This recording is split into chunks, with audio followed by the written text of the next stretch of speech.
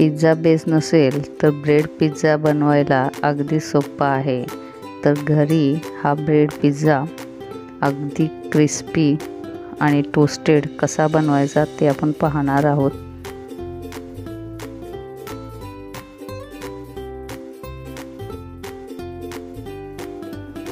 तर त्यासाठी आपल्याला इथे लागणार आहे ब्रेड। तर ब्रेड मोठ्या साईजमध्ये मिळाले तर खूपच छान। तर या ठिकाणी मी एक ब्रेड घेतला आहे आणि त्याच्यावर आता आपण इथे मेयोनीज घेतली आहे। त्याचप्रमाणे आता त्यामध्ये आपल्याला सॉस पण घालायचा आहे आणि आता हे पूर्ण ब्रेडला आपण इथे स्प्रेड करून घेणार आहोत। या ठिकाणी तुमच्याकडे जर पिझ्झा सॉस असेल तर तो तुम्ही इथे लावला तरी चालेल। आता यावरतून आपण भरभरून मोझरेला चीज घालणार आहोत।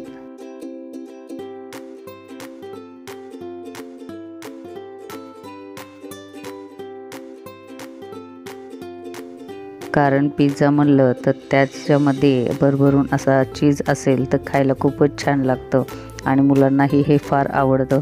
आता ह्याच्यावर टॉपिंग करण्यासाठी आपण इथे कांद्याचे काही पाकळ्या घेतल्या आहेत आणि टोमॅटोचे बारीक बारीक तुकडेसुद्धा आपण ह्याच्यामध्ये घालणार आहोत आणि पुन्हा आपण त्याच्यावरतून थोडंसं चीज घालूया। आता वरतून इथे मिक्स हर्ब्स घालायचं आहे। चिली फ्लेक्स असेल तर चिली फ्लेक्ससुद्धा या ठिकाणी घालायचं आहे। ब्रेड पिझ्झा आपण तव्यावरच करणार आहोत। तर इथे तवा आपला चांगला तापला आहे, त्याच्यावर थोडंसं मी इथे तूप घेतलेलं आहे, तुम्ही बटर घेतलं तरी चालेल।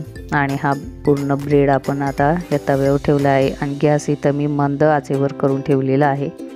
मंद आचेवर भाजला म्हणजे तो चांगला टोस्टेड आणि खालच्या साईडने एकदम क्रिस्पी असा हे होतो। तर एक 5 ते 10 मिनटं हे मंद आचेवर आपण ठेवून देणार आहोत आणि वरतून झाकण ठेवल्याने ह्याच्यामध्ये आपल्याला चीजसुद्धा चांगला मेल्ट झालेला दिसत आहे। तर इथं आपला ब्रेड पिझ्झा तयार झालेला आहे, त्याला आता आपण कट करून घेऊयात।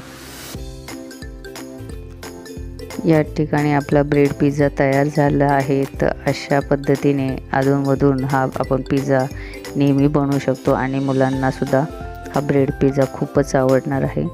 त्यामुळे तुम्हीसुद्धा अशा पद्धतीने पिझ्झा बेस नसेल तर असा ब्रेड पिझ्झा करून नक्की पहा, तुम्हालासुद्धा हा ब्रेड पिझ्झा आवडणार आहे। तर तुम्हाला हा माझा व्हिडिओ कसा वाटला, आवडला असेल तर नक्कीच लाईक करा आणि जर तुम्ही माझ्या चॅनलवर नवीन असाल तर माझ्या चॅनलला सबस्क्राईब करा आणि हा व्हिडिओ इतरांनाही शेअर करा। पुन्हा भेटूया अशाच काही व्हिडिओसोबत। धन्यवाद।